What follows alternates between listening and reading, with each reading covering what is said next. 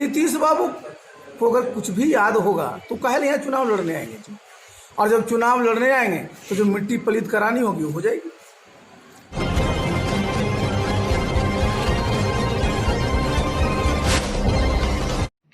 पूर्व केंद्रीय मंत्री व भाजपा नेता आरसीपी सिंह आज सिलाव प्रखंड के दर्जनों गांव का दौरा किया। इस दौरान उन्होंने मेरी माटी मेरा देश कार्यक्रम को सफल बनाने के लिए लोगों से आह्वान किया। इस दौरान उन्होंने एक बड़ा बयान दिया है। उन्होंने साफ लहजों में कहा है कि अगर नीतीश कुमार नालंदा से चुनाव लड़ते हैं तो उनकी मिटिया पलीद होना तय है। उन्होंने कहा कि नीतीश बाबू 2009 तक बिहार की जनता की सेवा किया, मगर 2009 के बाद से उनके दिमाग में प्रधानमंत्री बनने का कीड़ा डाल दिया गया। तब से क्रियाकलाप बदल गया।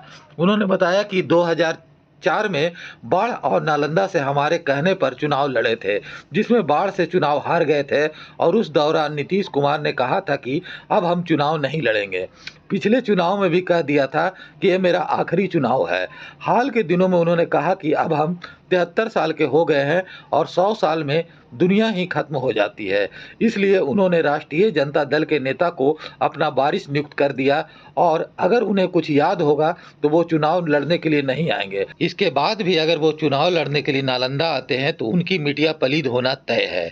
बताते चले कि इस दौरान काफ़ी संख्या में कार्यकर्ता भी उनके साथ मौजूद रहे।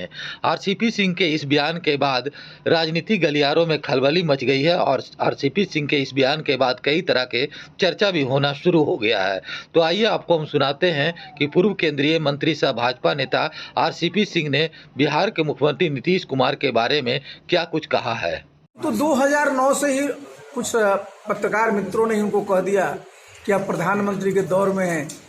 एक बात देखिए, मैं कई बार बोला हूँ, 2009 तक नीतीश बाबू ने बिहार की बहुत सेवा की, लेकिन 2009 के बाद जब कीड़ा डाल दिया ना प्रधानमंत्री, इस वर्ष नालंदा से लड़ने की जो चल रही है, देखिए नीतीश बाबू टक्कर सर उन्हीं से होने वाली है। देखिए हमारी टक्कर उनसे बिल्कुल नहीं होगी।